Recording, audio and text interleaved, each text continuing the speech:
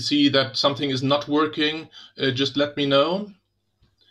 I see it should be online now already on YouTube of the Old-Vines project. It should be online also on the Facebook page of Wines of South Africa, Germany, and on the Sommelier Association page, yes.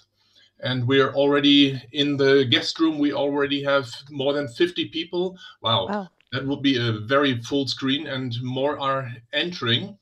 Hello so far, and I'll stop speaking in a few moments. Because I'm not the important guy. I'm just the one trying to give you some ideas about the technical stuff in the beginning. So as you can see us, but you can't see that we can't see you. So you are in total privacy. We can't see you, we can't hear you. So you can do whatever you want behind your screen. We won't see it. But please don't break your head or something, stay safe. But it is an interactive session we're doing, so you are able to put questions and we are able to answer you. So you see down there on the screen, there's this F&A in Deutsch, Fragen und Antworten, or in English it's Q&A. And there, if you click there, you can put a question. And the good thing for you is only we can see the questions. So you can even put a question where you think, that is a dumb question. But there are no dumb questions. We will try to answer all questions, but rather in the end of the session. And then there's the chat function. Yeah, somebody already, Angelis from Hamburg is saying greetings. You can also use this just to say hello. And I will now start with a very short poll so that we know a little bit more about who you are. And in the meantime, more and more people are entering.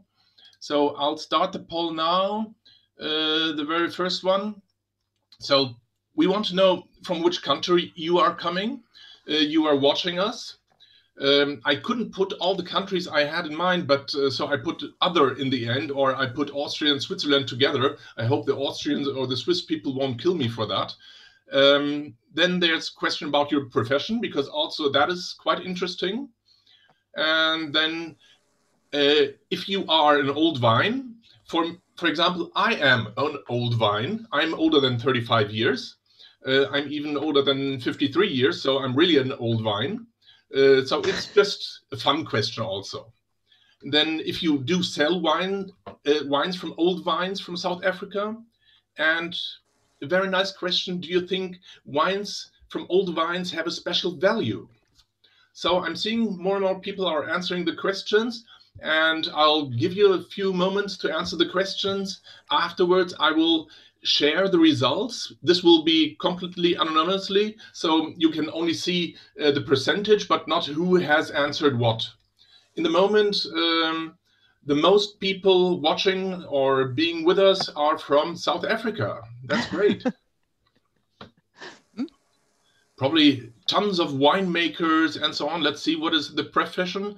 Wine beverage trade, import, professionals, freelancers, consultants, but also quite some private wine lovers. That's good. That's nice to see. It's a very nice balance between all of the different professions or what you are. And we are old vines here. So far, over 80% are old vines. But come on, 35, that's for human, it's still a young vine. So I'll give you a moment more.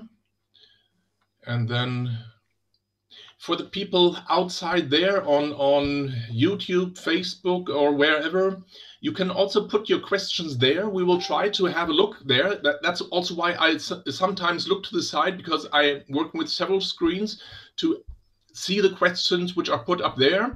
And we will also try to put these questions to André, to Jo, and all of that.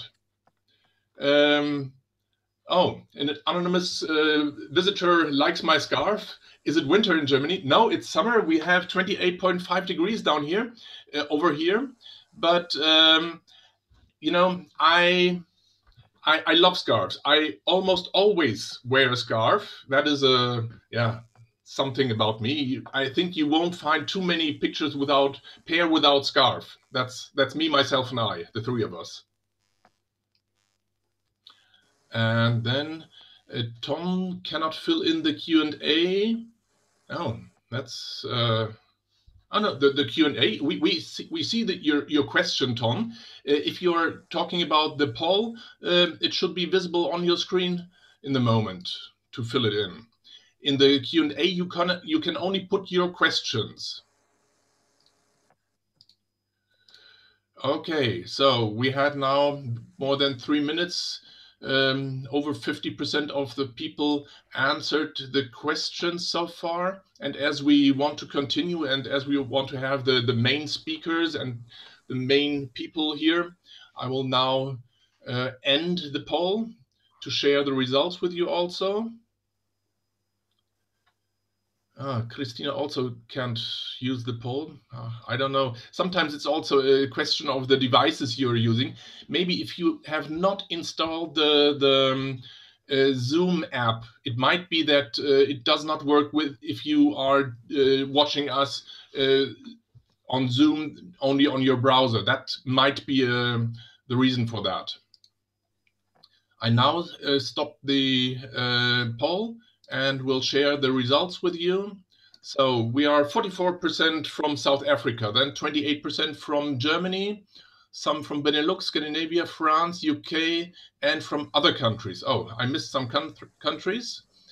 Then the biggest part, 28% are other professionals, freelancer, consultants, and so on. Then we have 26% of private wine lovers, 23% of professionals from wine and beverage trade, education sector, import, HoReCa, hotel, restaurant, catering sector, and the production also. 84% are Old-Vines. And do you sell South African wines from Old-Vines? 42% in the moment not. But André, that's a challenge for you to change that in a nice way, please. Then we have, yes, a little bit, 26%, and a lot, 23%, which is fantastic. And do you think they have a special value? 93% say yes, for sure. I think this is already great to see and hear. And with I'm now stopping the question, poll. So I'll pass over to Petra to introduce the rest of the bunch here. Thank you, Per. That was a great start. Thank you so much. Yes, indeed, Per always wears a scarf, but even if he would not wear a scarf, we would all recognize him because Per, I mean, he is the president of the German Sommelier Union, and he also is internationally very much connected with sommeliers around the globe because he plays an important role at the Association de la Sommelier, known as ASI. And during those difficult times, Per immediately found out and figured out how to stick to his networking profession. And he was able to set up the Zoom technology, and he offered us the floor for actually spreading our wonderful message about old wines. And he is actually the only one who managed to sit in the middle of an old vineyard in South Africa. Thank you, Per, for being at our side, and thanks for making sure that it is streamed and that everybody has a great technical experience. Yes, great you pleasure. are. Sorry? Yeah. It is a great pleasure. Thank you, Petra. Thank you very much. So welcome everybody to our first Wines of South Africa online tutorial. We are now focusing on old wines, and the idea of these tutorials, and if we manage this well, and that's also why I chose old wines, because I know it's a rock star topic.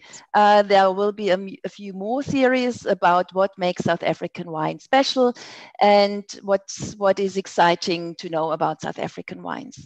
But if one observes the wine industry and what has created the immense dynamics and excitement around the globe, it has obviously been the Old-Vine project and the story about our old wine wines. And yeah, journalists got excited, but not only because of the wines, this enormous feedback we get. It's also because our winemakers and our farmers are really behind this project and behind the idea of preserving the vineyards, preserving the heritage of our culture, and turning our industry in a sustainable industry, and sustainable in many ways. It's not just the environment, it's especially also the financial part, which is hugely important for our people to make it worth to preserve the vineyards. We are now talking today with André Morgenthal and Jo Wessels. And I would like to introduce these wonderful gentlemen first. It's André. He studied drama, language, and philosophy. That's what makes him a fantastic presenter. But he also found out by the end of his study that this is not enough, you know, and then he opened up his own tourism business, and he started training sommeliers and traders, and finally got involved with Woza, and he became the communications manager. But even more so than only communicating, he got into wine and he made his own wines. And I remember the many talks we had about his love in Burgundy, the domaine Bertagna in Vouchon, is that right? I think so. And he also made wine in South Africa at a small farm. He headed the great wine capital, and that's how he, in terms of South African representative, and that also allowed him to create a network to other wine areas around the globe. And he learned a lot about old wines, and I'm sure he shares his knowledge with us today. And now since 2016, he is the project manager of the Old-Vine project. And yeah, he is an enormous driving force behind the success of this project. And I know there's Rosa in the forum as well, Rosa Kruger. And I'd like to say I feel very excited and flattered that you join us and that you make time for us. And yeah, we get to you a little later. Thank you for being who you are and for being here today. The same thanks counts for Jo. Jo was born in South Africa. He studied international winemaking or wine business in Geisenheim. He got so many awards as top sommelier, I can't count them, but 2018 was a fantastic vintage for him. And he's German's best sommelier then, and he won the South African trophy, and we all hold thumbs for him for the upcoming exciting time period. And now he works in a 2-star Michelin restaurant in Mannheim, the Opus 5, and he really will share his views and thoughts how to work with old wines. Because one thing is to make and to grow old wines, and to make old wine wines. And the other thing is to consult and share the message. So that was almost all, but last and not least, it's Wines of South Africa who is the host today. And Wines of South Africa represents all the winemakers and wineries who are exporting their wines. And therefore also a big thank you to all the winemakers who might be behind the screens, especially the ones who are behind the labels which Jo tastes today. And yeah, and WOSA is an international organization, and we have bodies to promote our wines in the key markets. I don't mention all of them. I just share a great thank you to all of you to make this growing, this seminar. It was a minor idea between Per and myself, and now we are an international forum. So enough. I'm the market manager from WOSA for Germany. I do this quite my entire life, and I'm still in love. And yeah, despite all the challenges, but it still keeps me on my toes. And thank you to all of you for being here and share your time with us. Now I'm handing over the floor to André. Petra and everybody else, thank you very much for the opportunity. Is the sound clear enough? Petra, sound clear enough? Okay. Perfect. And before we start, also thank you to Nadia, that is the force behind the project actually and makes things work. Thank you for putting everything together. So I'm going to share my presentation.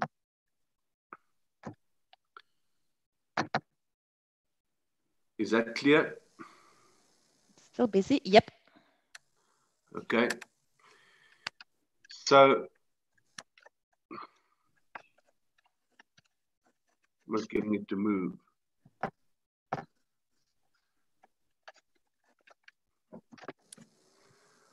That's strange. Let's see.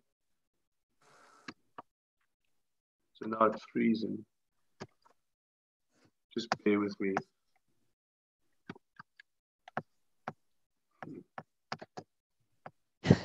You can test it as often you want. Okay, cool. There you are. Okay, so thank you again, Petra, and for Wines of South Africa to give us this platform and the opportunity. We decided in terms of the format today that the three of us are going to talk. I'll lead the discussion with the presentation, and then Petra and Jo has got the difficult but important questions on their notes to challenge the project and also going forward in terms of our future. So everybody always asks, why South Africa and old vines, where there's been old vines across the world. I mean, if you look at California or Barossa, I mean, Spain and Portugal, everything's old. And I mean, the vineyards are 100, 150 years old. And South Africa has only got, I think, 10 blocks that's roughly 100 years old. But the thing is that everybody's used old vines on their labels, and they would use Weltweit in France or alten Reben in Germany. But it hasn't been actually, there hasn't been a standard. So we took the lead and we decided on 35 years and older, because if it says old vines on the label, what does it mean? And we're going to dig deeper into that during the presentation. But in South Africa, we decided 35 years.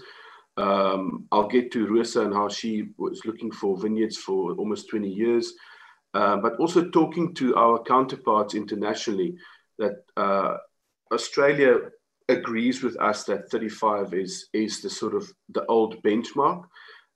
It's almost like when you've been a student in your 20s and you didn't really think about you're going to grow old and turn 30. And once you turn 30, 35-ish, then you, in theory, not all of us got that right. You've got a job and a family, maybe, and a dog, and less partying over the weekends and a bit more quiet. So a vineyard's very similar, between 30 and 40 years. And this is something that I confirmed with most of the regions that I showed earlier. The vineyards come into balance, and we will talk about that closer to the tasting time. So looking at the timeline. So as I said, almost 20 years ago, Rosa started looking for these old blocks, and she had an interest with why Old-Vine wines are different. And when she was with Lomare and she and Mr. Rupert started talking about old vines, they both had an interest in, and he said to her, listen, why don't you go and find us these old blocks and create an old vine series? And at the time, some of our winemakers like Ibn Sari also started looking at this concept of old vine wines.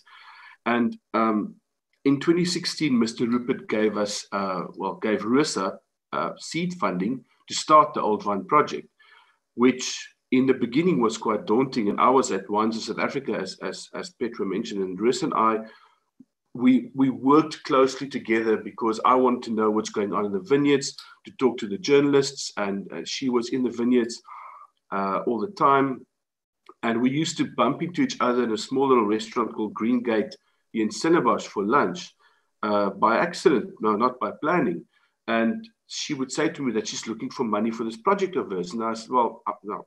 We just sort of then spoke about the old vines. And eventually, one day she said to me, well, André, I got money from Mr. Rupert, and we want to start this project. And I've got to do this and this and that. And so on. I said, but you're viticulturists, who's going to do all this? And she sat back and she looked at me and said, well, what about you? I said, well, I've got a pretty interesting, I'm happy with Atwosa, and why should I move? It sounds very exciting. And it literally took 2 days. It was a Friday, and on the Monday I resigned and started this project. And I must say the first year and a half was very dark, and there was no handbooks because nobody else has done it. And I guess I'm getting at the point where this is a unique project that nobody else has done before. And the most important stage for us in the last year, since the last Cape Wine, is the Certified Heritage Vineyard Seal, which I'll expand on in a while. So the quarrel with Old-Vines is the fact that it's not financially viable. So there's a sort of a 20, 25-year cycle with vineyards where the financial viability drops as the vine gets older, and the farmer needs to decide if he's going to replace with younger vines or something else that's agricultural more viable. So the temptation is to pull out the vines. But the reality is that the vineyards are, or the wines are of such unique quality, and it's so interesting. And what we're saying is that old vines don't necessarily make better wines. I mean, it's like old people. Ian O'Dear always says, not all old people are nice, you know. So it is about making something interesting from these old vines, but it depends on where it is and how it's managed.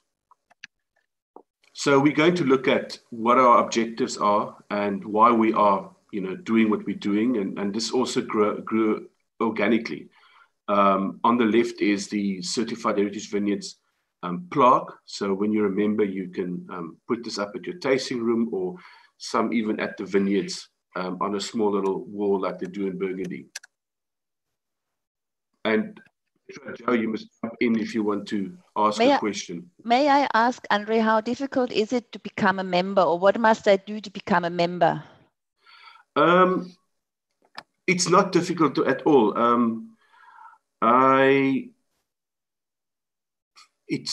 I'm not very strong on the admin side, so I try to make it easy as possible for people to become a member. So it's a membership agreement with guidelines in terms of viticulture and winemaking, and then you pay your membership fee and you become a member, and you order your seals to put on your bottles to show that you're Certified Heritage Vineyards member, and we cross-reference the particular vineyard block to the SARVIS records. And SARVIS is the industry body that gathers all statistics in the industry, and it actually that made it possible for us to launch this project and make it possible. And it also makes us unique because no other country in the world has got planting records that dates back right to the 1900s.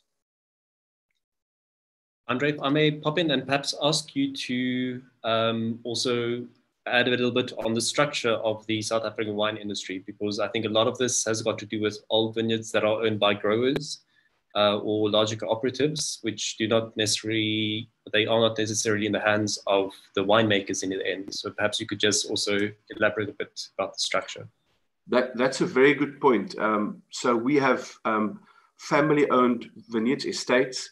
We have primary grape growers like Basie van Lille here on the picture with his dogs in the Skurfberg that grows grapes and delivers to a local cooperative or a wine growing producer. And then as I explained earlier, the quarrel here is to keep the farmers in business. Guys like Basie here that sells grapes to Eben Sadi and Chris Arlight, and the Skurfberg area also to the Malinus and other brands. And the cooperative is a big entity, and 85% of our old vines is actually tied up in this system, which made it was quite a challenge for us from the beginning to convince these cooperatives to be part of the project, because we wanted them to keep the vines in the ground. Eventually, we've got 5 big cooperatives now as members, and we managed to convince them to be part of it. And also they make their own wines, and they unlock some of these old blocks to our members, which is a very exciting part of the process for us. So I don't know if I answered your question, Joe, in terms of the system there, but that's the important part for the Old-Vine project, is to involve the cooperatives. To give you an idea, this grower would, for example, deliver his grapes to the local cooperative for 2,500 Rand a ton. With the Old-Vine project's advent, and up to now, he can now get 8, 15, 20,000 Rand a ton, which makes it worth his while to keep the old vines in the ground and great wines are made. And we're going to talk about premiumization and price points later through research. The vineyards in the ground is, of course, it's part of our heritage, and it's part of what we are learning about how we're going to go forward. On the photograph here is Rissa Kruger that I mentioned before. That was at the forefront of this from the beginning, and as I said, for almost 20 years. To her right is Jacques de Boer. He's a primary grower in Stellenbosch that belongs to a cooperative, but they've basically now they're selling a lot of their grapes to very, very high or premium brands, mostly Chenin Blanc. So, and a great supporter of the project. And then, of course, the international relationships with growers, brand owners. In the middle, the Johan Kruger that developed, that joined Naked Wines a few years ago. And the process there was to protect or to save winemakers. And he went to them and said, look, it's almost a sort of a crowdfunding concept, and said, why don't we save growers and save vineyards? And they said yes. And we got hold of 1.5 hectares, I think, of Chenin Blanc in Wellington for him. And he was very successful. And I think he's managing more than 40 hectares of Old-Vines now through that project. And of course, the relationship between the grower and the brand owner. So developing a model where on my left hand on the bench is Ian O'Dear that also changed his entire model from just making wine, but now looking at old blocks and creating a series by himself. But the issue here and the challenge here is to have a responsibility with the grower and the winemaker. So everybody wins and everybody makes a sustainable living from the Old-Vine project. So André, may I ask? Yeah. How does it work if there is a field, a block with old vineyard grapes? Do you have a WhatsApp group and first come, first serve, or how do you start trading the old vine grapes? That's a very interesting question. We've been toying with this for a few years now.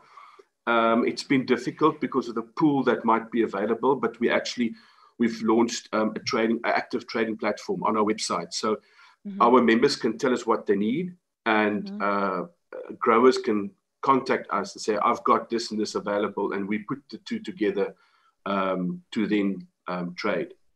Okay. Yeah. So, but are the winemakers then on the platform involved for a longer period with the vineyards, or do they just buy the fruit? Because I think a lot of decisions need to be made already in the vineyard in terms of quality. Yeah, you see, the actual contract between the grower and the brand owner is something we're not involved with. So it could be a year, or it could be 3 or 5 year contract or arrangement. I know that quite a bit of these arrangements are done by a handshake, and it is quite a risky business to trade grapes, especially of this caliber. If you can imagine, it's quite costly to revive an old vine, to maintain it, and it actually, in the end, it's more cost effective to manage an old vineyard. With less input needed because it looks after itself. But the arrangement is then between the grower and the brand owner. So in terms of hectarage, in 2016, we started with just under 3,000 hectares of 35 years and older vineyards. We've got a total planting of 90,000 in South Africa, which is dropping every year. And as you can see, it grew a little bit. And then the last statistics that we received from SARVIS shows a bit of a drop. And we were quite perplexed because we were excited to see the growing, to see the statistics reflecting that people are actually keeping old vines in the ground and stop pulling them out. But it was quite interesting in our second webinar. Rudiger Gretschel from Vinimark mentioned that that drop is due to the fact that about 30 years ago, the plantings were heavily virus infected, and those vineyards had to go. So as I said earlier, not all old vines make great wine. So for me, there's 3 sections of this 3,000 odd hectares. The first section is what's looked after and spoken for. So there are brand owners looking after those blocks already. We don't have to worry about them being pulled out. The middle part is what Rico at Windpro always says to me, it's like saving the rhinos. You know, I don't have enough time to get there soon enough. And when we do talks like this, people tune in or they attend a talk and they come to me and say they're so disappointed. They just pulled out so many hectares of 45-year-old Shannon last month. They didn't know about the project. So that is what we're losing in the middle there. There's the good stuff. And then the last third of our old vines is the stuff that really needs to go. It's virus infected. It's really beyond repair. And unfortunately, has to go and make place for, as I'm going to explain later, to plant to grow old for the new vineyards. A question about these vineyards. Sorry, Petra, after you. Do you think there are more old vineyards to discover, André? Yeah, we discovered all the time, and Rissa has beautiful stories of how she actually would walk in a vineyard doing normal daily work, looking as a viticulturist, and then the workers will say, but they heard that she's involved with this old vine thing, and there's a block over there that's overgrown and neglected, but every summer, you know, or spring, they can see the leaves and they know it's a red block or a white block because they go and pick the grapes and they eat it. And that's how we discovered, or Riss discovered, some of the most special blocks. We were in a block last week, a Cinso block, and one of our questions that we received before this webinar was, how can you actually look after an old vineyard? What must you do? And this old Cinso block that is now, that grapes go to the Molyneux for their red blend, and they also make a single bottle in Wellington Cinso. It carried about 500 kilograms a hectare, and it's a small block. I think it's 2 hectares. It's now carrying almost 5 tons a hectare. So you can revive an old block by being very careful in terms of viticulture, mulching, and multi-nutrient.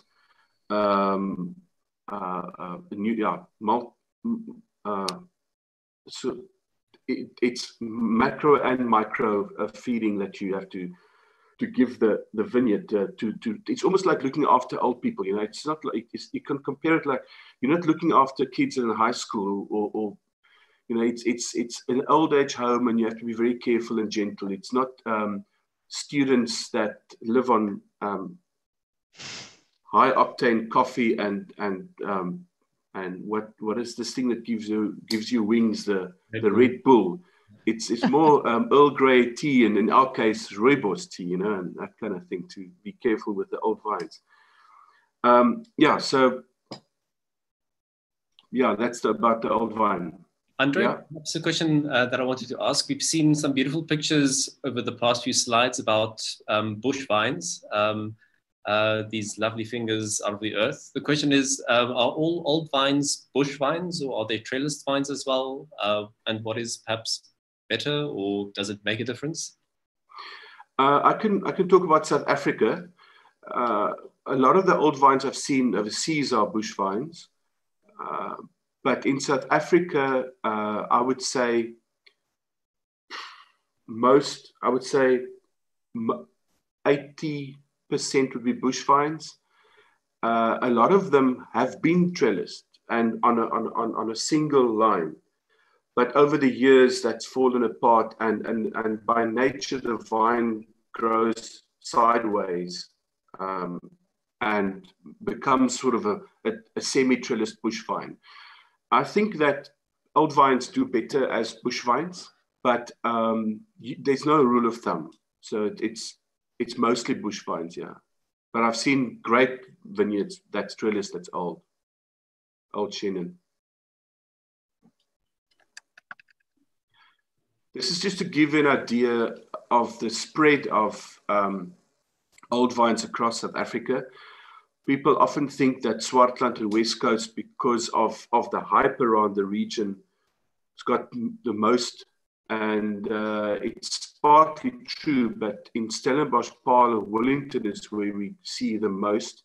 Old-Vines.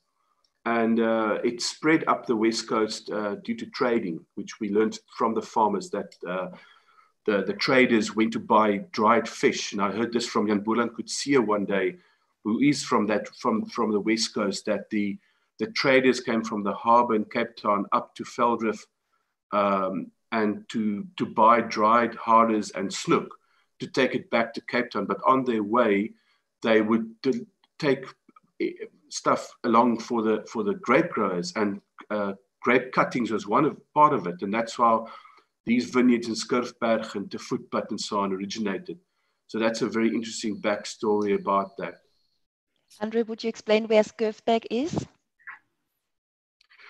Skurfberg, if you look on the map, yeah. on the map on the left, you see Lambert's Bay and Clanwilliam.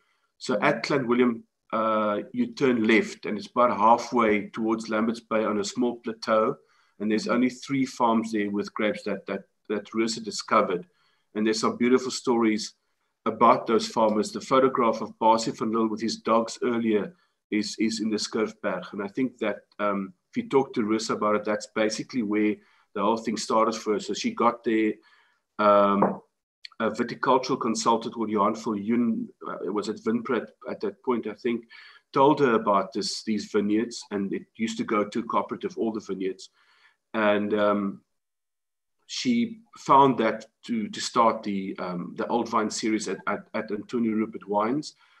And there were so many blocks that she started calling Reben and Chris Arlight and the Molyneux, and so the word spread. And those vineyards are all spoken for, and it makes fantastic wine.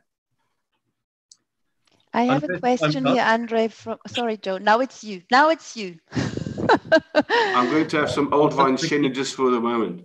Go for it. When I look at the map, there's something interesting that comes up. If we talk about Old-Vines, we often think perhaps of historical regions. And a place such as Constantia, which is known for things like the Vin de Constance and Muscat de Frontignan, I'm quite surprised to not see any Old-Vines on this list from Constantia. Is there a reason for that? Yeah, that's an interesting question because that's where the first vineyards were planted, and then one would think that there would be Old-Vines there. And then we had a question via email about marginalized or hot areas. What's the best for Old-Vines? So Ruth and I had a chat earlier about that, and it seems like Old-Vines or the vineyards survive better in drier conditions, which is contrary to what Petra explained earlier about Rieslings in Germany, which is basically a wet environment. If you look at Greece and Santorini. So, and interesting enough, if you look at the map as well, the concentration of Old-Vines is not so much to the east, and that we can touch on climate change later, but we're seeing trends, rainfall and so forth, changing from the left to the right of the map, so from west to east in terms of viticulture. That's a whole different discussion, but it's also very, very part of our research we're doing. So in a wet environment, the vines are prone to eutypa, which is a wood-borne disease. So the vineyards start dying from the inside out, and they just don't last. So it seems to us that we found the most successful Old-Vines in drier, warmer regions. But we don't like to generalize like that, but it's a... Petra? Yeah, I have a question here where people are asking, are some regions more open to the concept? I think you've answered that. But is also the old vine concept more appealing to certain generations of winemakers?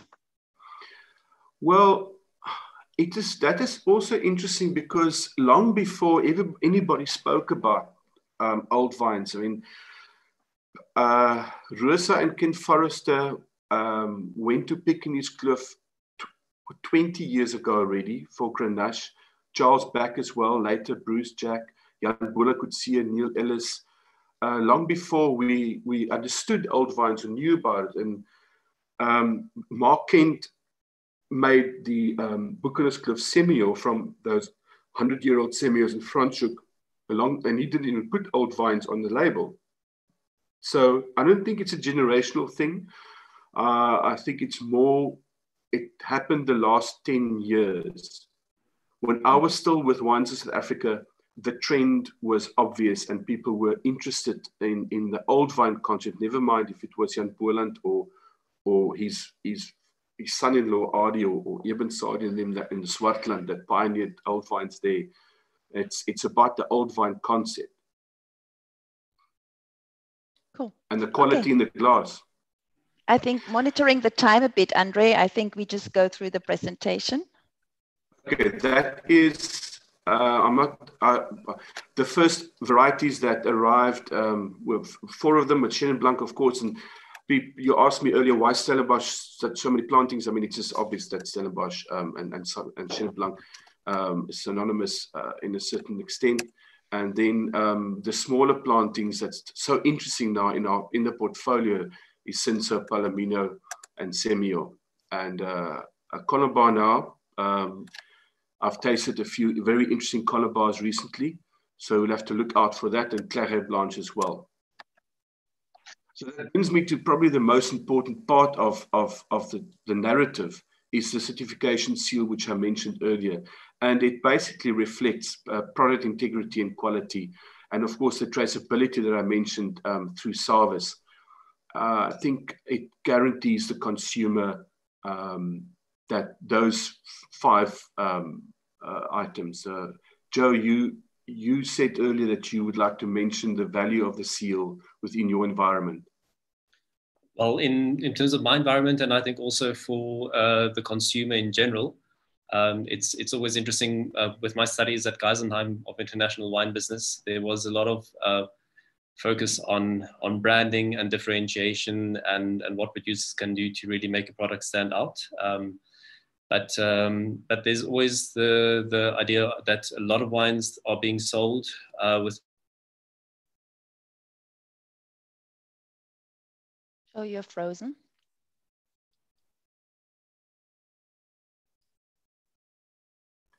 Joe?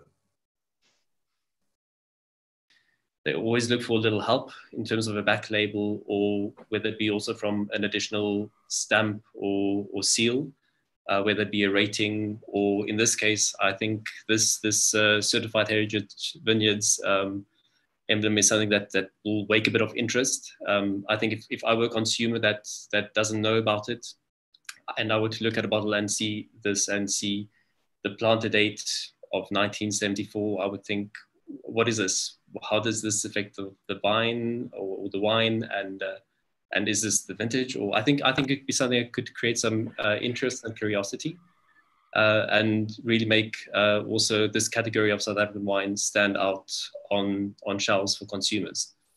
In terms of me in the restaurant, it's always good to have this certification and to know that it is true. I've also had experiences talking with winemakers and not in South Africa, but elsewhere as well, where you speak about vines and they say, yes, the vines are old, and you ask them, how old are these vines, or when you consider vines to be old?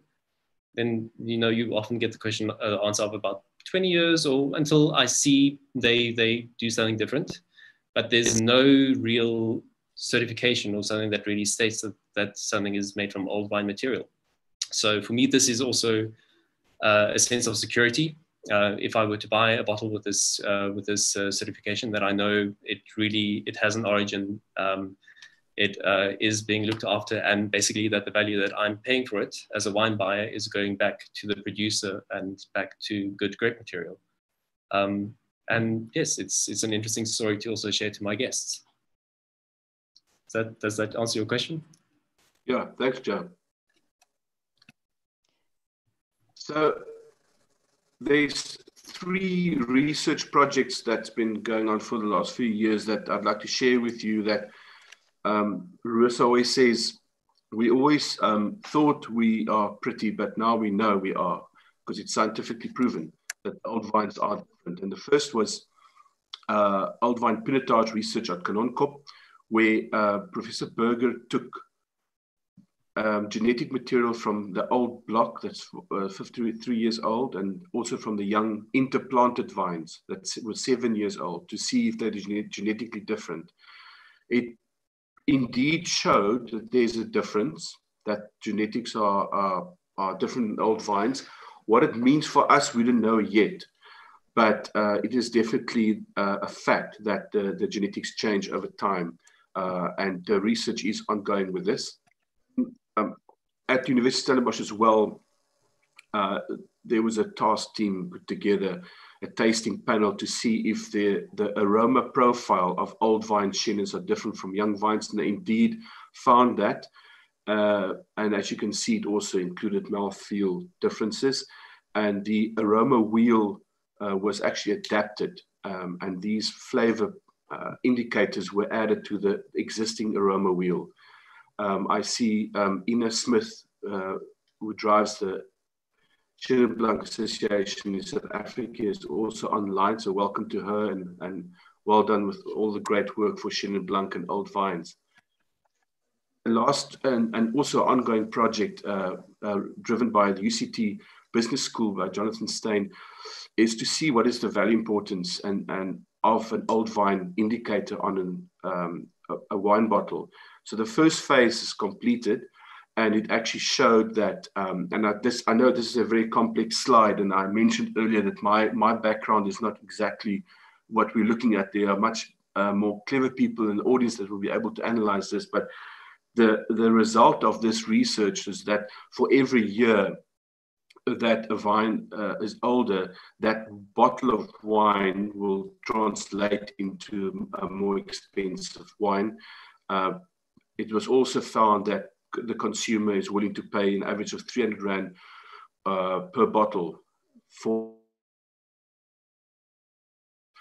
the South African wines. We want to raise quality, raise image, raise prices for the grape grower and for the brand owner. Petra, do you want to say? No, we lost you a bit, but I think we got it. Oh. The message. Okay. The message is clear that if old wine is on the label, the consumer is willing to pay more per bottle. Yeah. Okay. Cool. And there's the cost input is better for the brand owner and for the grower. It's a more sustainable model. Okay, I do have a question here, and I think it's already answered in written form, but I would like to say it loudly. Is the certification seal recognized by the law, or is it just something which is taken care of by the Old-Vine Project? The agreement between the Old-Vine Project and SARVIS, which is the industry body governed by the Wine and Spirits Board and the Department of Agriculture, so it's an industry-driven initiative. So it's not by law, but you can't put that planting date on that seal if we haven't cross-referenced to the planting record. So in a way, it is regulated, yes. Okay, yeah, cool. About a year ago, we had a visit from a French nursery called Untitled. They realized that the Chenin Blanc that arrived on our shores a few centuries ago is genetically different from what the Chenin Blanc was that was sent away out of France. And they came to sample DNA from the 10 oldest blocks, Chenin Blanc blocks here in South Africa. We spent a week together. The material went back to France, where they cleaned it up from virus. But we also discovered that we have some virus-free Chenin Blanc in Skurfberg, which is very interesting and a great discovery for us, because virus is such a bad thing and dangerous for our viticulture. So this is an exciting project that's run along with Vititech in Paarl, which is our local nursery in terms of research and promulgating for our vines. And the nice thing is that the relationship between Old-Vine Project, Vititech, and Ontav is that material is going to become available to our growers here in South Africa once it's cleaned up and quarantined. And it might be sold to other Chenin Blanc countries as well. So maybe we get some South African-based Chenin at the Loire. Well, it's interesting for us because it's our heritage. It's unique South African Chenin Blanc clones. But yes, anybody else can use it as well. And in terms of our vineyard workers, it's a passion for us and for Rissa especially. Falco partnered with us from the beginning. They sponsor our training courses. So we do old vine pruning courses every winter before pruning starts. It is, of course, a very important part of viticulture and to ensure that we have great wines, because you can't make great wines if the work in the vineyards is not done professionally. So that's our contribution and upliftment and empowerment of our vineyard workers. And the objective for us is to bring people from pruners to master pruners and trainers. And that's exactly what we did with our classes. So the classes are small, but it's basically a representative or two from 5 or 8 of our members. And they take the knowledge back to their pruning teams.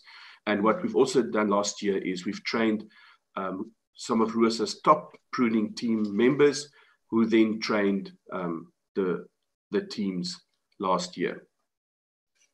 André, sorry, if I may pop in with a question. Yep. This is perhaps related to the question about pruning, but it's all good and well that we know that the vineyards need to be handled a little differently, also be taken off closely. But do we see any different general viticultural practices, perhaps in the vineyards? Or do these vineyards also require a bit more, perhaps an organic approach, or are there winemakers or viticulturists that also work biodynamically with these vines? What is the general feel about what these vineyards need? That's a good question, and it's a long answer. But okay, to prune old vines is like sculpting. It's not pruning. It's not uniform. As I mentioned with the old age home analogy earlier, you have to look at each vine separately. That each vine has gone through 30, 40 or 80 years of lifespan in a different way, and has endured the weather conditions in a different way. It's like Professor Deloire said, he was at University Stellenbosch back in France now, but he always said that it's not like human beings that can open an umbrella or run inside or switch on the air conditioner. You know, that vine sits there and has to get used to the environment. And that's what we're trying to figure out with research as well. Why do they survive where they did? But yes, mulching is very important. Careful pruning, not hard pruning. Where there's dead arm disease, for example, you don't cut the dead arm. There's often there's 2 reasons for that. There's often some nutrients in that so-called dead arm that the vine uses in tough times. And if you open up such a big wound, you expose the vine to virus and infection. So you have to be very careful with old vineyards. And as I mentioned earlier about the nutrients, and also what Rissa prescribes is kelp. It's a kelp product because it's a natural product, and it contains everything that the vine needs. Jo, could you say kelp product for the Germans? What's kelp? You know, Kelp is the algae. Algen. Algenprodukte. So it's like nori for sushi. Ah. Let's see. That I understand, André. But Okay. I have a question here from someone listening. It's, what are some of the methods used to revive these old wines? I think we covered a few, huh? Like we the have pruning. covered most. Yeah, I wish Rissa can come in here. She tells the story so beautifully. But reviving the vineyard, as I mentioned, that old Cinso block, is basically being very careful. It's organic approach, mulching, and the multi-nutrient supplements, and very careful pruning, very gentle pruning. And how about cover crop? Cover crop, yes, that goes part of that. Yeah, we were in Johan Reineke's vineyard last week, where it's biodynamic, and there it's a very unique process, of course. Cattle roaming the vineyard, and there's this whole cycle of the grape skins and the cuttings going into the kraal for the cattle, and then the droppings in the vineyard, composting the vineyard. Mm-hmm. The only concern is when the cattle start snacking on the budding leaves and the grapes. Okay. So environmentally, as I've been alluding to, it's very important for us, considering climate change, learning from these old vines, why they've survived, and we coined the term plant to grow old. So we soon realized that from the onset, where it was vineyards 35 years and older, we need to protect our so-called heritage and our viticultural heritage. It's about people. There's a strong humanitarian element behind it, saving the grape growers, the workers, developing a business model that will work for them, but also to plant vineyards that will grow old successfully through learning from the vineyards that has been there for so many decades. May I ask you about irrigation when you say you want a plant to grow old? I presume, and maybe it's a stupid question, that these old vineyards have never been irrigated. Yeah, often it's dry land. Mm-hmm. And I think the simple rule of thumb is, why start irrigating when it's 60 years old, when it's been surviving for so long without water? Mm-hmm. But some of the really struggling blocks, it doesn't do any harm to irrigate a little bit. Mm-hmm. But what I've heard from what Roos has done at Mr. Rupert's farm, Rubek's Rivier, where with careful viticulture and mulching, you can actually reduce irrigation from 4 to 6 times a season to once a season. Mm-hmm. So that's being water-wise. Okay. And just one question, if we have now our young vineyards and they get irrigated, does that mean that the roots don't go so deep? And I know there is this discussion about why do old vines, be better than younger vines, is because the roots go deeper. But you said earlier that's also only a myth. So would irrigation now be a conflict of planting to grow old? Yeah, it is. It's about, as I said, being water wise. So you also looking at varieties that are more suitable for warmer conditions. So there is a project that's running in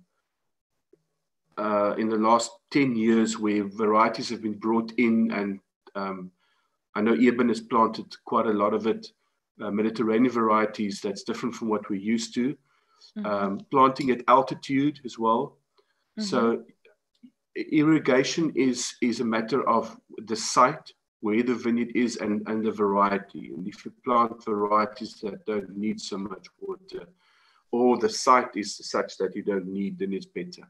Okay. That was actually one of the questions that came to mind when we look at the grape varieties that were mentioned in the beginning, based mostly on Cinsault, Colombar, Chenin Blanc, and so forth.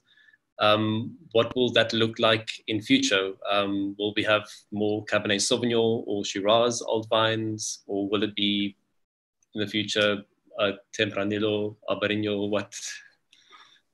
Or will it stay more based on this pattern that we're seeing from Chenin, Colombar, Cinsault? My crystal ball is a bit fuzzy on that one.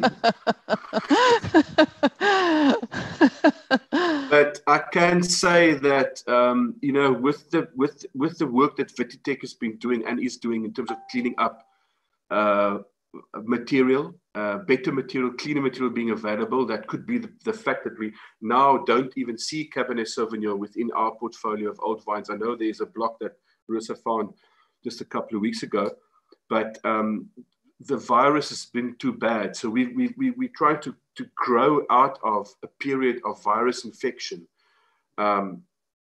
Pretty much how we're going to try and grow out of this COVID virus situation and to survive it and be cleaner going forward.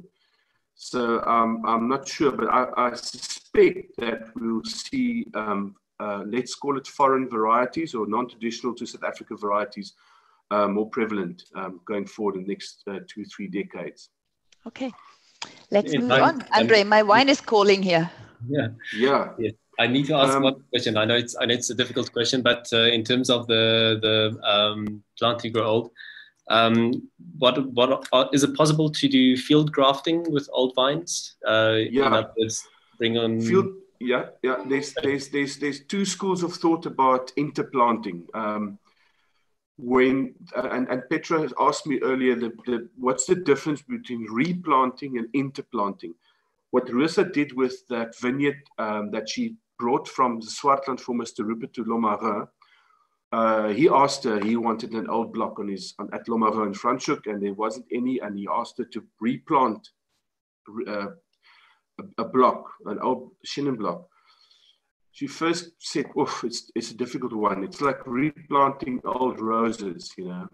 And the thing is, it must be north, south, east, west, and you can't turn it. You got to replant that vine or rose as is, because it's been used to the sun coming from this side all its life. If you turn them around, they won't understand what's happened. It's like also relocating elderly people. And if you do it wrong, they don't last too long in an old age home and it's over. So she did this, and the block got replanted to Lomarin with about a 98-99% success. Mark van Buren makes the Oud Bosstock Chenin from that block.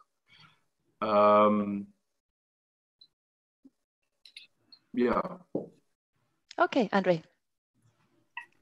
So the economic impact and the media value is amazing. And Joe asked me earlier, why is it that it's successful? And we don't really know. And we could talk about it after the wine tasting, Joe, but the media coverage, when Platter Guide, Philip van Zyl came to me a few years ago and said, can't we add your logo next to each of your members' wines?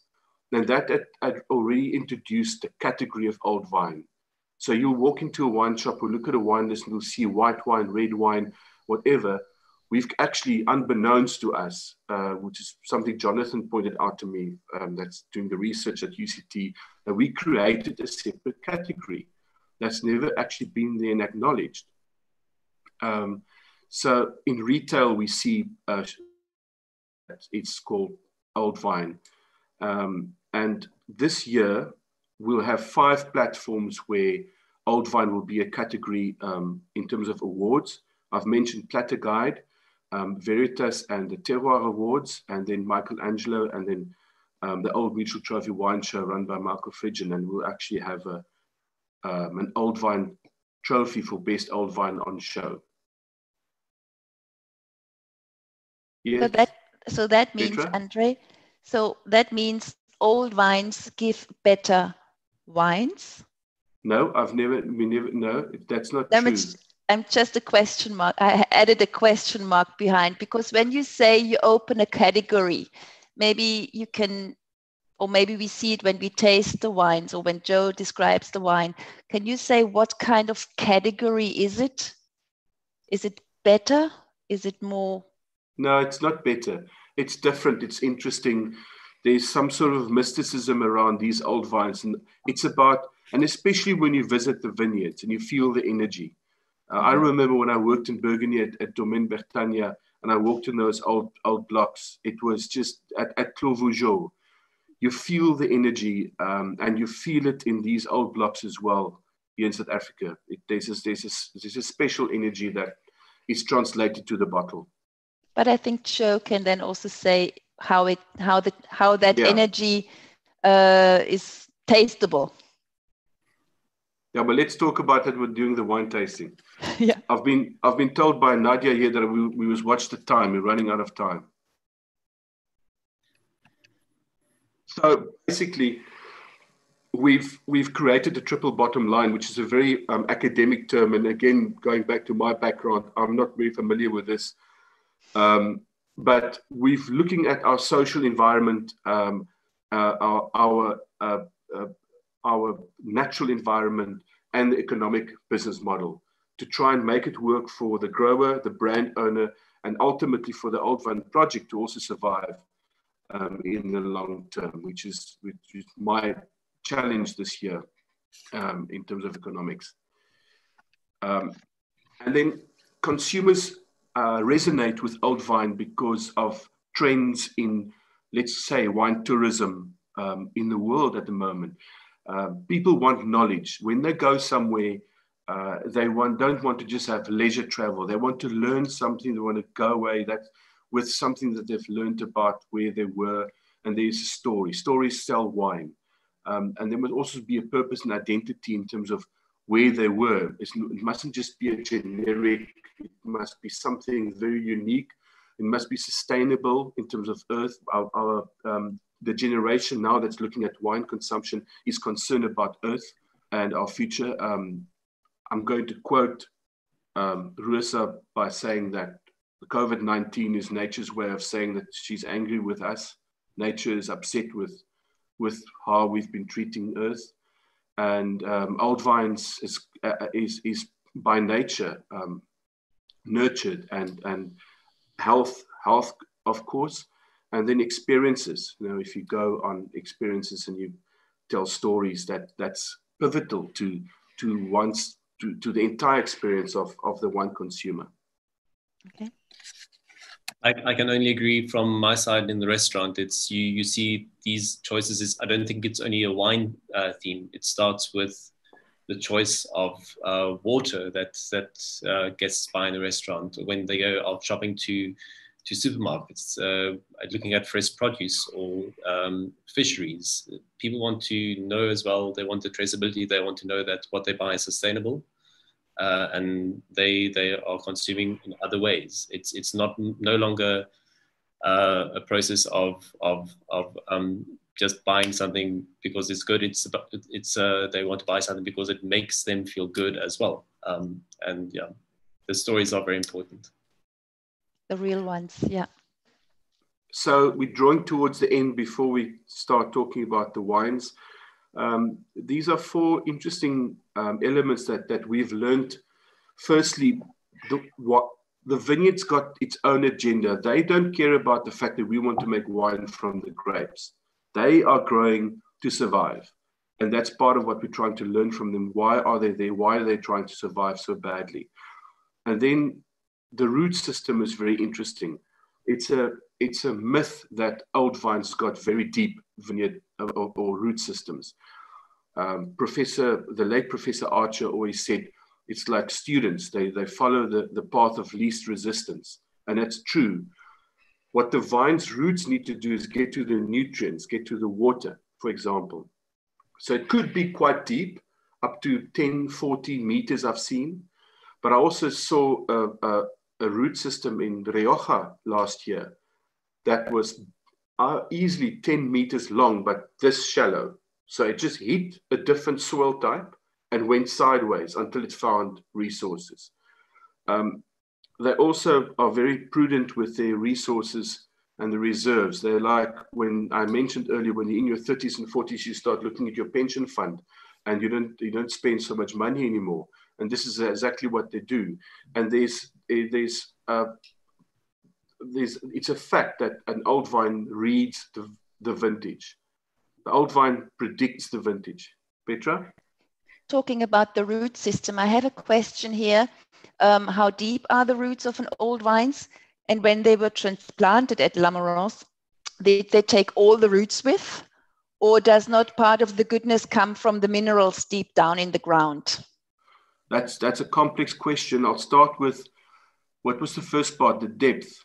How deep were the roots of, how deep are the roots of these Old-Vines? As I explained just now, it could be 14 meters deep, for example, 20 meters, or it could be 10 meters sideways. And how long were, sorry.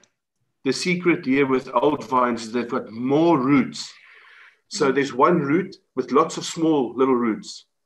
So they actually maximize on how much they can draw from what they have, because they know they're growing old. They're suffering from dying vine syndrome.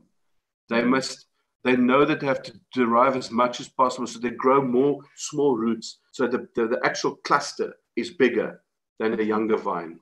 Okay. The transplanting of the block from Swartland, they brought as much soil with as they could, and the entire root system, and the hole that they dug for each vine was 1 square meter and 1.2 deep.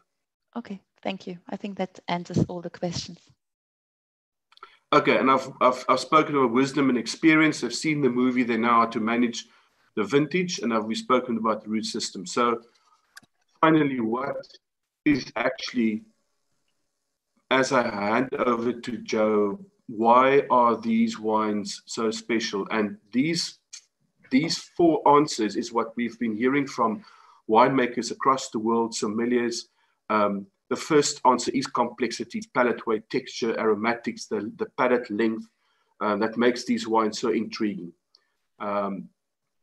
So at that point, any questions, or we can move over to Jo to talk about the intrinsics of wine, old vine wine. Yes. Petra? Yeah, there was just one question asking, how did you calculate the 35 years? Was it based on organoleptic impact when reaching 35 years? Or was it because you had the vineyards available to make sure you had enough vineyards to start the project with? As I explained earlier, it was a discussion that we've had with many people across the world, and a sort of a general agreement that the vine comes into balance, physiological balance. And the bottom line is the juice that you get into the cellar. High acid, perfect pH, and low sugar for some reason. The grapes hang longer, but the sugars are lower, the alcohol's lower. That comes back to that health benefit from the previous slide about wine tourism. I think now the floor is open for Jo. Okay, I have 3 wines here that were generously provided by the winemakers and the distributors to try. I do feel a little silly on the one hand because this isn't a tutor tasting, and I know that a lot of those watching do not have these wines also at home. So I don't want to do a full organoleptic tasting of the wines. I think we can just basically discuss what makes them special and how I basically see the value of them. The first wine that we have is from the Swartland, from David and Nadia, Saudi. I believe that David is actually online as well. I must apologize, there's a little mistake in the slide. This is the vintage 2018, not 2017, but just as good, even better perhaps. And yes, and this is actually not from, as I understand, not just from one single vineyard, that there are different parcels of vineyards that are blended together, up to 7 as far as I understand, and this should be an expression of the Swartland. But I think in this case, there's the seal, and we can see that the oldest vineyard, as I understand, was planted in 1962. That is really old. And yes, in terms of Chenin Blanc from South Africa, there's a variety of styles, and I think a lot of us think of South African and New World wines as being these fruit-forward, opulent wines. A lot of us think of the Sauvignon Blancs of New Zealand, for example, or the Chardonnays from California, or really these fruit bombs. And yes, they make a great impression, but I think a lot of us are looking for subtleness and really finesse in wines. And when I open this wine and also trying it, it's not a fruit bomb. It's really a beautiful, subtle wine. There's elegance to it. It's not this ripe or fruit that jumps out of the glass. You have to go search for it. It's a bit more of your bruised apples and dried pineapple, bruised apples, dried pineapple kind of style. There's a lovely spiciness, herbaceousness to it. There's some fennel happening there. It's some almost like a chalky minerality. It's a beautifully complex wine. Jo, if I may. Yes. what we also found with when you taste Old-Vine wines is that the wine often reflects the site and not necessarily the variety. With younger vine wines, the Chenin Blanc profile comes through. But with older wines, it actually shows the site. You can taste a wine and say Skurfberg or Swartland or Stellenbosch Chenin, for example. I can only agree. I've also heard of colleagues that say that it's they get a lot more of secondary or tertiary characteristics, so not necessarily from the grape itself, but also more in terms of the winemaking or the site. So I can only agree with that. In terms of speaking of winemaking, I think also this is what I really enjoy about this wine. You can notice there's minimal intervention in the winemaking. There's I think that David and Nadia are doing a good job here of accompanying or they accompanying the site and the grape and the vineyards, but not dominating the winemaking style. That really something comes forward in the wine. I tasted the wine just now again, and it's still there. It's there's a lovely liveliness to it. Once again, the chalky minerality that is coming through. It's got amazing length, complexity. This is really a beautiful wine. It's something that I would really put more into a style of a classic great wine, and it's really substantial. It's something that I can really envision for working in terms of gastronomy. Also dishes that show some complexity in the way that they were created, also with a variety of different components. Something such as the good smoked trout, you can add some earthy components to it as well, some fruit components. This wine will really accompany everything very well. This is an example of a wine that if I had guests and they were to say they don't know what to drink and they want one bottle to accompany them throughout the evening, this would definitely be something to do that. And the story behind it, I think, is incredible, that you can actually also then communicate the story and the essence and the energy of what is happening down there. So yeah, that's the... Joe, the interesting thing about this particular wine is that often these old blocks are, the wines from these old blocks are from single parcels. And as you mentioned, it is from 7 different parcels, this particular wine. So it's a blend of different sites that includes soil types that range from granite to clay to shale and a bit of limestone. So it's interesting wine in itself that stands apart from David and Nadia's single vineyard wines. Yeah, that's interesting. I'll move on to the second wine. Really the sommelier's dream, as you call it. This is the Buchenholz Semillon 2017, a grape variety that is both beautiful in terms of gastronomy and one that is particularly close to me at heart. We were speaking earlier about I think there's a lot of storytelling about the history and the heritage of South Africa, and there's a lot of focus on Chenin Blanc. But what a lot of people don't know is that Semillon was at one stage the most planted grape variety in South Africa. And I think there's still some amazing material down there. And I think it's also a style of wine that can really can be an ambassador for South Africa.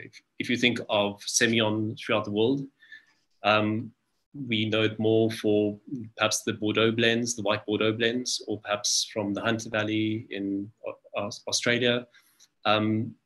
Beautiful styles of wine, but I think South Africa can really come to the fore and also showcase this wine. The Buchenholz Semillon 2017 vintage, still a bit young. This I'm quite sad I don't have anything but old, because this wine ages amazingly. And in this case, it's a wine that you can also still smell the youth a bit, and that it needs some time. But once again, it's a bit more of a subtle wine, a little bit more of your lime zest, a lot of spice. Once again, orange peel. There's once again a big complexity. I do notice a little bit of use of oak on this wine, which I think is done quite nicely. It's not oak dominant, and it will actually help the wine to also age gracefully. And I think it will gain a lot of complexity with time as well. It's got a beautiful palate weight, textural. It's really something that will hold up very well with good food as well. Still also amazingly live and fresh, brilliant acidity. And yes, for me it's interesting because on the vine or on the bottle, nowhere does it state anything about being from old vines. Whereas the David and Nadia had this lovely little the seal. The Bourgogne Kloof doesn't, even though it's also from one of the oldest vineyard sites, if I'm not mistaken, 1902 or there around, André? Yeah, the oldest block. Oldest block, yeah. And that's where you and I went. Was it last year or? Yes, 2 years ago, I think it was. Yeah, and that was an amazing experience. I think, André, you were saying earlier about just the energy that you also experienced in Burgundy in Côte d'Ivoire, and that was for me also one of these experiences that you can't communicate it in words. I think even for those of us that haven't been in vineyards, if you think of just the calming effect and the energy that you have perhaps in the shadow of an old tree that has been there for centuries, and just basically feeling that presence of something that has been there for so much longer than you have been on this earth, that is something that defies words, and that just makes it so special. Joe, I have a question. Would you suggest for these wines to decant them an hour before the time? Air always helps. A little bit of decanting and development always helps. And especially the Bourgogne Kloof, I think, could do with some air, but I think it also needs patience. Mm-hmm. If I'm lucky, I still have a bottle of 2004 or 5 back home, and I'm really looking forward to visit South Africa again and crack open that bottle. So have some patience, or open it up and enjoy it throughout the evening. For me, it's interesting also about the Semillon. I heard from André an interesting story about the vineyard, because originally I thought it was 100% Semillon, but I heard that there's also some Muscat in there. And perhaps, André, you can tell the story of where the Muscat comes from and what happened to the grapes before it got added to the Semillon. Okay, I'm getting it from both sides now, from Nadia and Petra, about timing, so I'll be quick. So the winemaker Gottfried went to look at the cereal block on a particular farm in Franschhoek and saw the Muscat, asked the farmer's wife about this. She said, no, I cook jam from it every year. He said, well, I like it. So he made some wine and blended it into the cereal.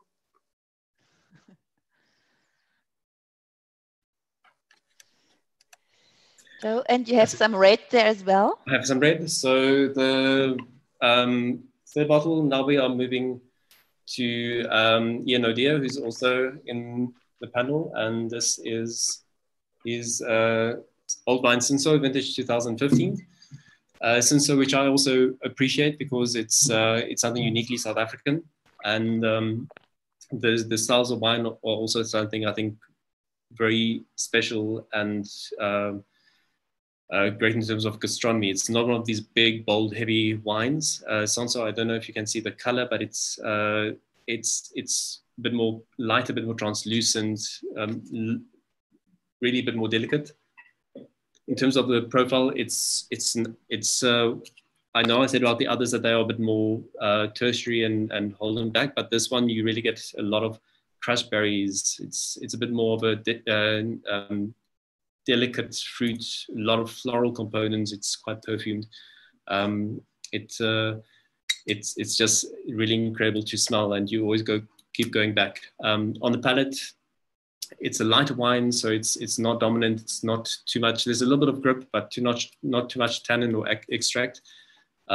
This style of wine, I think it hits in the direction of what sommeliers always love, is good Burgundy or even some well-made Beaujolais. So the lighter styles of wine that we can pair with food, and not kill the creations that our chefs make. It's always very heartbreaking for me when guests want to order a red wine and they really insist on having those really heavy, big wines. They're beautiful, of course, but sometimes I feel they're doing the food that they order an injustice. And we need to be there on the floor and make such suggestions of wines that really fit the cuisine very well.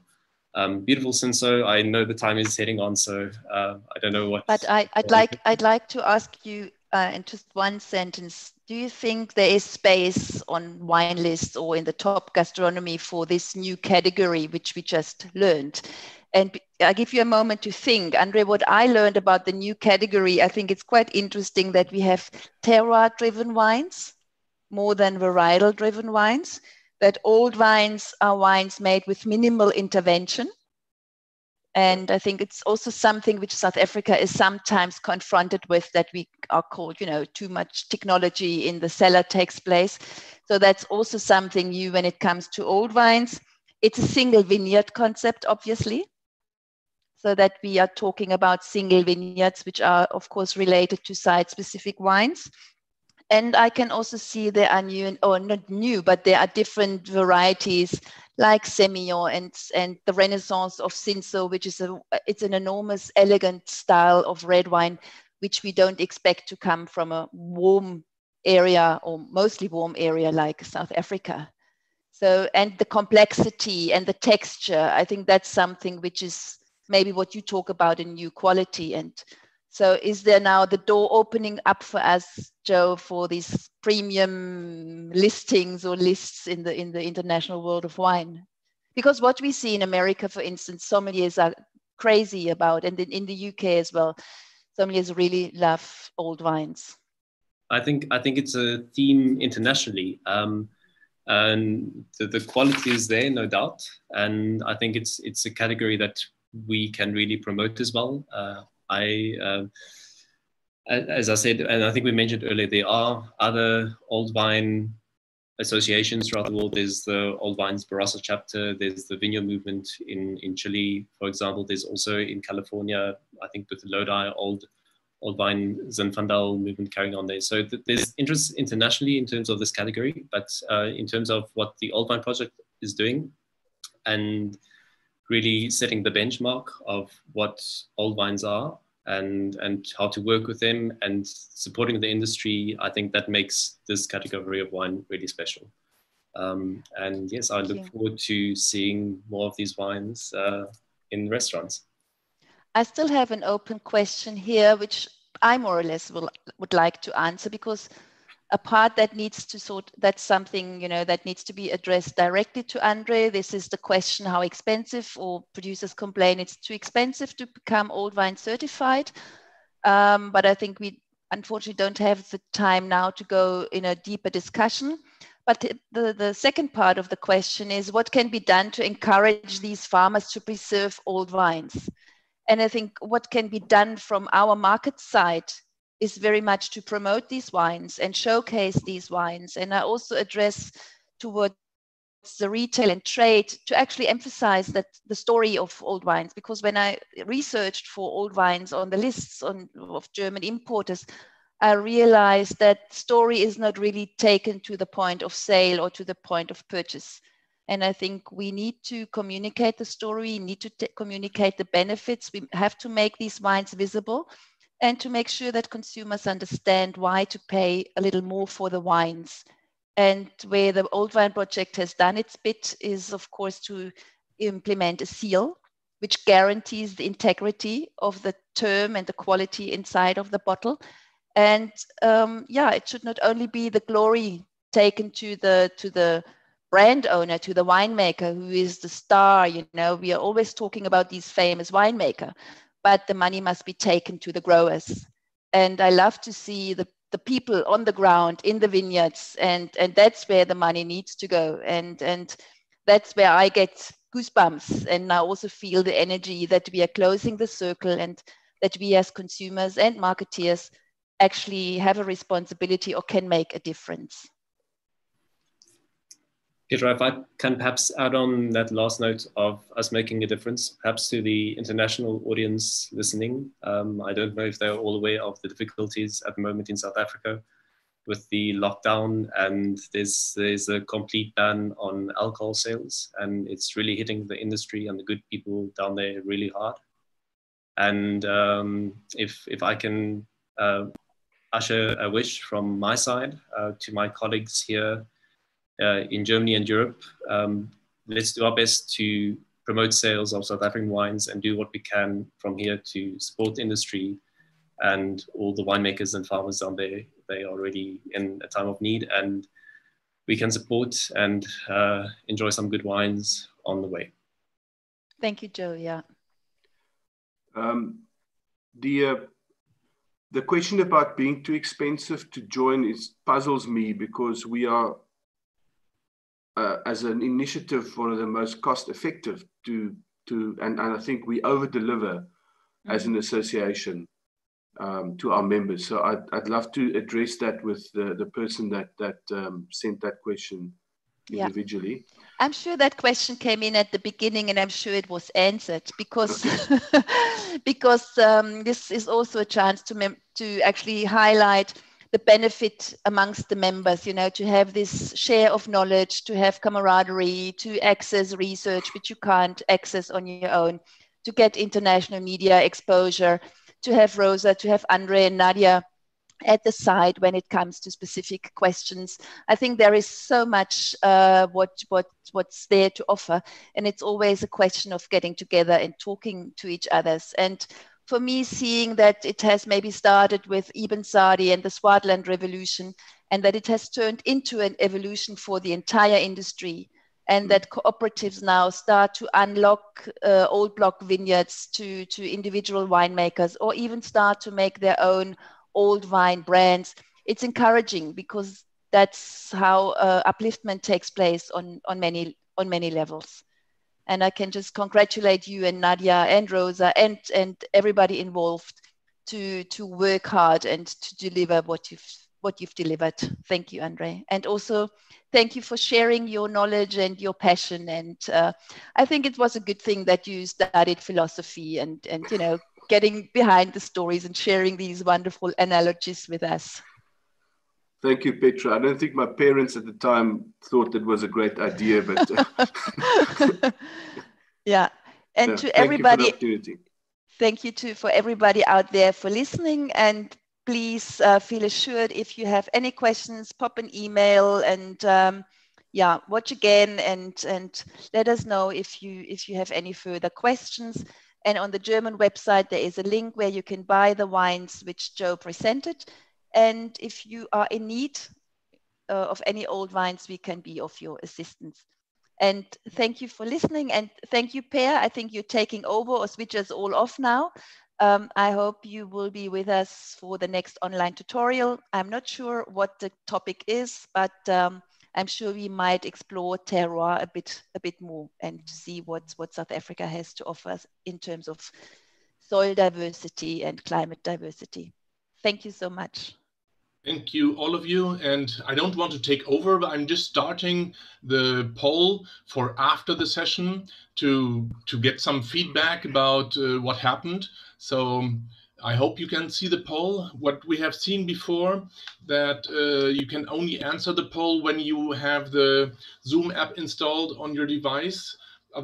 If you're only watching the Zoom via your web browser, it seems not to work.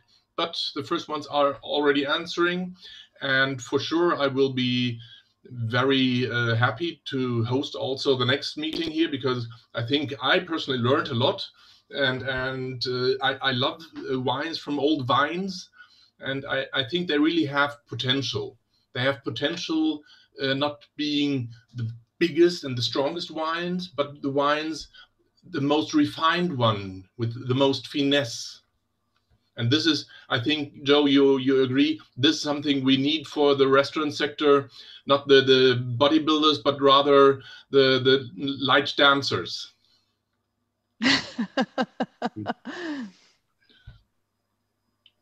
Okay, André, you're learning ballet now. No. Thank you, Per. Thank you very much. It's a big pleasure, and yeah, almost everybody already answered.